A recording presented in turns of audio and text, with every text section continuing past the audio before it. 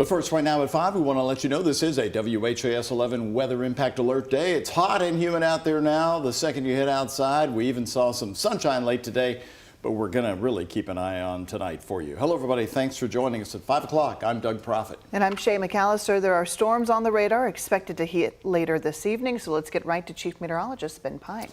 Yeah, guys, it's going to be pretty quiet here through the rest of our late afternoon and early evening. It's going to be after around 8, 9 o'clock when we'll start to ramp up that chance of some strong to severe storms. Looking right now on Max HD radar and satellite, things are quiet. Had a couple showers kind of fizzling out over parts of southern Indiana. In fact, really not seeing any rain currently throughout our viewing area, other than maybe a cloud big enough to produce a sprinkle or two near Fern Creek. But again, that is it for right now. So we need to move over to Futurecast to show you what's going to be happening. Again, we've got our weather impact alert for tonight with these storms firing up here after around 8, 9 o'clock. You can see the clock here. And then as we approach 10, 11 o'clock, starting to see those storms race down to the south to Interstate 64, Metro Louisville, crossing over the Ohio River. And then as we head towards midnight, 1 a.m., the storm's starting to move off to the south. And hopefully by that time, during the early overnight on a weakening trend, and that'll get us out the door dry tomorrow morning. Now, these storms could be packing quite a punch with some very strong winds, possibly some damaging winds, heavy rain, frequent lightning, maybe even some hail, and can't rule out a brief spin-up tornado as well. So I'll be watching this very closely for you all night long. Right now, 88, feeling like 95, so it is very steamy out there, and that air is the fuel that these storms are going to use for later on tonight. We'll have some more storm chances over the next couple of days, but we're also adding some more excessive heat and humidity we'll talk about with more alert days coming up in the 7-day. All right, Ben, thank you very much. A family in mourning has hired an attorney after the fatal police shooting of a man at their home. It happened last week in Valley Station. Their key issue tonight, a disagreement over whether their son was actually holding a knife. Police say yes, while the family is saying no to that. WHAS11's Ian Hardwick is joining us right now. He's been talking with the family attorney, but Ian, why wouldn't he go on camera with you today? Doug, that's because the attorney Mike Cooper wants to let the family tell their own story about what happened. He told us they will speak later this week, but for now, Cooper says they were able to say who died during the police shooting last Thursday.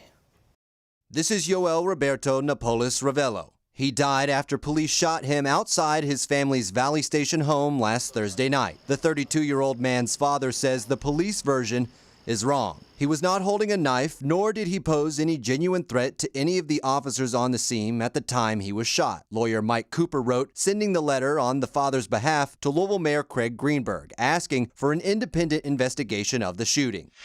These 3 officers, Garrett Schmeltz, Kendrick Eves, and Matthew J. Forbes, shot their guns at Napoles Ravello that night, according to an LMPD spokesperson. We still don't know if that came after officers tried less lethal options, like a foam baton and a taser. When officers arrived, they encountered the male who was agitated inside the house with several other family members inside the home.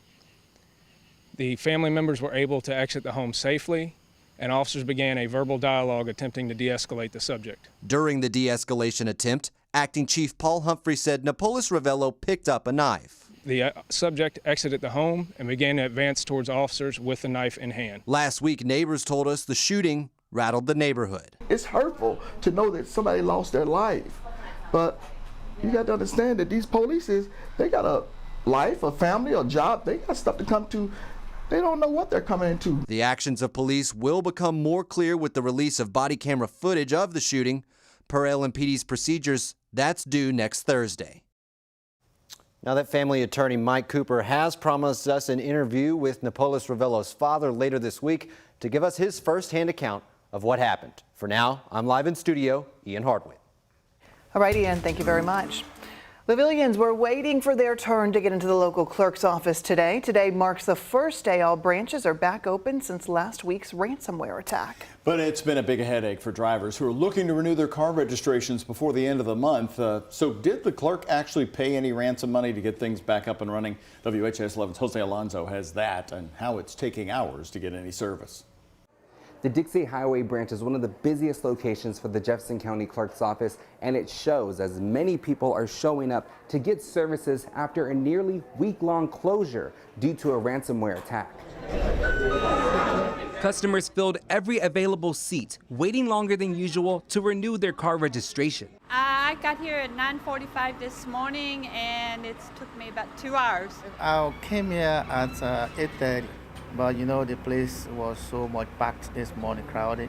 Doors at each Jefferson County branch were locked all last week, with the first offices being back online by Friday evening and staff staying into the weekend to help with the backlog. Clerk Bobby Holsclaw says last week's attack came from a global company running a ransomware hub and the FBI is involved. We asked repeatedly if the county paid the ransom. We are a taxpayer-funded agency, so we cannot pay ransom, and we did everything in our power to reopen as quickly as we could. The clerk's office says your personal information is safe, and a forensic team made sure computers were cleared. Now it's just a waiting game once you grab that ticket at the door.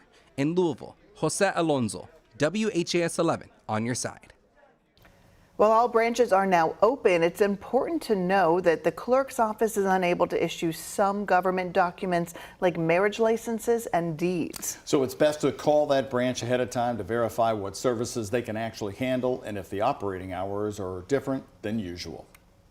Well, Kentucky Governor Andy Beshear's national profile continues to grow tonight as he flies around the country this weekend to political events.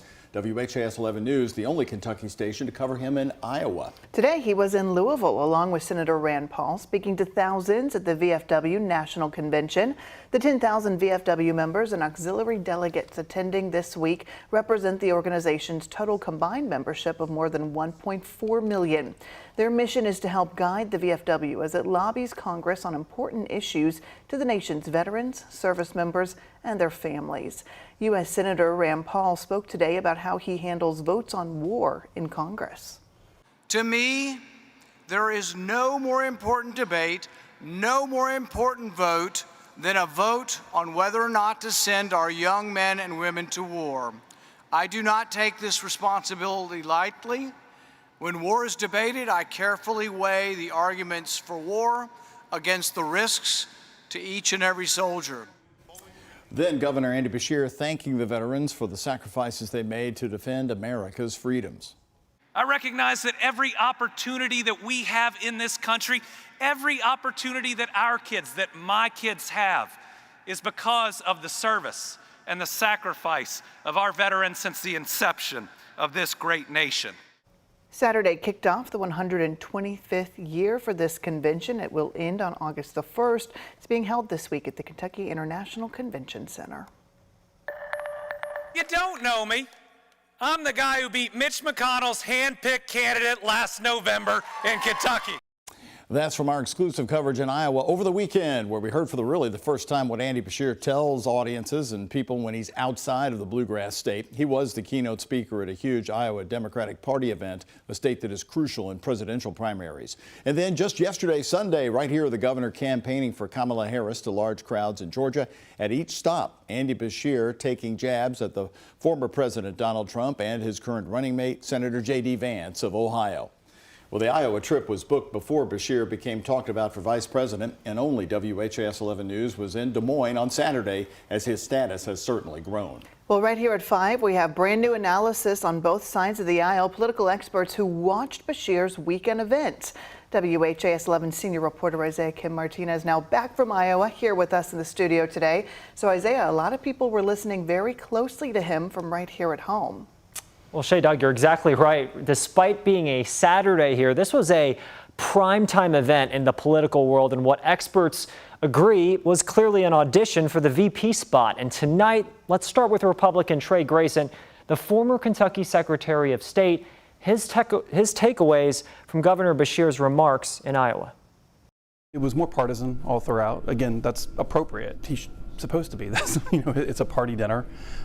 He's trying to become the vice president of the Democratic Party, so it is appropriate to be more partisan. But it definitely seemed, really from the beginning. He kind of introduced himself through a partisan lens. And it's like, oh, this is not, hi, I've been your governor for the last 4 years. I've done a good job. Keep me in office. And we also talked to one of Beshear's close friends, former Louisville Congressman John Yarmuth, about Beshear opening his speech by touting his victory over Daniel Cameron. Right off the bat, I mean, you don't bury the lead, right? And I think he basically said, this is my main credential. I can win in a red state. I can be successful against the most powerful Republicans. And why not lead with that? And coming up later tonight, we have analysis on Beshear's latest jabs at J.D. Vance and potential reasons the governor's team is prioritizing this tactic so heavily, and what Yarmouth says could be an option even if Beshear isn't tapped as Harris's running mate. We're talking about Washington, D.C. here. That's coming up tonight at 6. Doug. All right, Isaiah, look for that at 6. Thank you. So could a decision by Kamala Harris on her vice president come sometime this week? Many top political experts say this is going to be a crucial week. Keep an eye on it. Now, we are now less than 100 days out until the election. Both Vice President Kamala Harris and the former President Donald Trump on the campaign trail. New polling out from ABC News and Ipsos is showing enthusiasm surrounding both candidates. Kamala Harris leading the way among all adults with 48% in the new ABC News poll. Trump with 39%. On the right, among independents, Harris at 49%, Trump with 31%. In polling from swing states, Harris and Donald Trump essentially tied among registered voters in Pennsylvania and Wisconsin. Kamala Harris with a 6-point lead in Minnesota. Underdogs in this race. A Kamala Harris presidency means 4 more years of extremism, weakness, failure, chaos, and probably World War III. Harris's campaign says it raised over $200 million in less than a week, and it comes as Donald Trump and J.D. Vance have several events this week as they aim attacks at the Harris campaign.